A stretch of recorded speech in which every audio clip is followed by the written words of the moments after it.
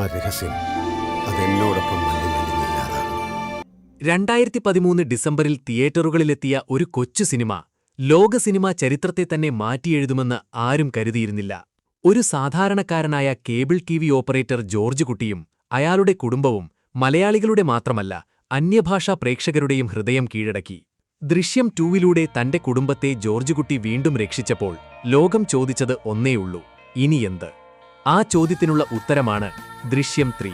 May 21 കണ്ണുനട്ടിരിക്കുന്ന ആരാധകർക്കായി ഇതാ ദൃശ്യത്തിന്റെ നാൾവഴികളും പുതിയ വിശേഷങ്ങളും. ദൃശ്യം വെറുമൊരു സിനിമയല്ല, അതൊരു വികാരമാണ്. ലാലേട്ടന്റെ കരിയറിലെ ഏറ്റവും മികച്ച കഥാപാത്രങ്ങളിലൊന്നായ ജോർജ് കുട്ടി തന്റെ ബുദ്ധിശക്തി കൊണ്ട് നിയമത്തെയും പോലീസിനെയും എങ്ങനെ തോൽപ്പിച്ചു എന്നതാണ് ഇതിന്റെ കാതൽ. ഒന്നാം ഭാഗത്തിൽ മൃതദേഹം പോലീസ് സ്റ്റേഷന് താഴെ കുഴിച്ചിട്ട് ജോർജ് കുട്ടി ഞെട്ടിച്ചപ്പോൾ, രണ്ടാം ഭാഗത്തിൽ അത് പുറത്തെടുത്തിട്ടും തെളിവുകൾ ഇല്ലാതാക്കി അദ്ദേഹം വീണ്ടും അത്ഭുതപ്പെടുത്തി. ജീത്തു ജോസഫ് എന്ന സംവിധായകന്റെ മാന്ത്രികതയായിരുന്നു ഈ രണ്ട് സിനിമകളും.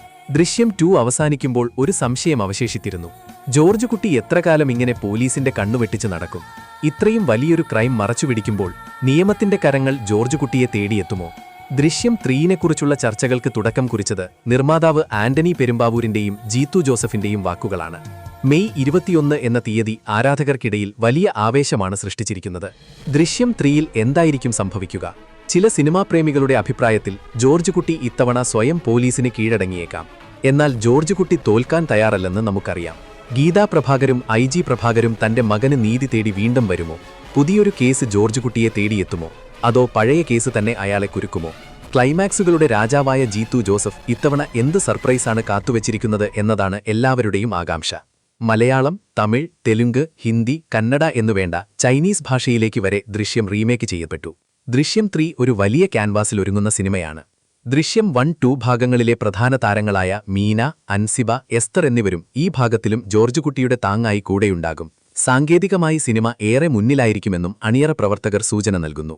കാത്തിരിപ്പിന് അറുതിയാകാൻ ഇനി അധികം ദിവസങ്ങളില്ല. മെയ് 21 സിനിമാ ലോകം ഒന്നടങ്കം സാക്ഷ്യം വഹിക്കാൻ പോകുന്നത് ജോർജ് കുട്ടിയുടെ അടുത്ത നീക്കത്തിനാണ്. ദൃശ്യം 3 ഇന്ത്യൻ സിനിമയിലെ തന്നെ മറ്റൊരു നാഴികക്കല്ലാവുമോ? നമുക്ക് കാത്തിരിക്കാം. ഈ സിനിമയെക്കുറിച്ച് നിങ്ങളുടെ പ്രതീക്ഷകൾ എന്താണെന്ന് താഴെ കമന്റ് ചെയ്യുക. കൂടുതൽ സിനിമാ വാർത്തകൾക്കായി ഈ ചാനൽ സബ്സ്ക്രൈബ് ചെയ്യുക.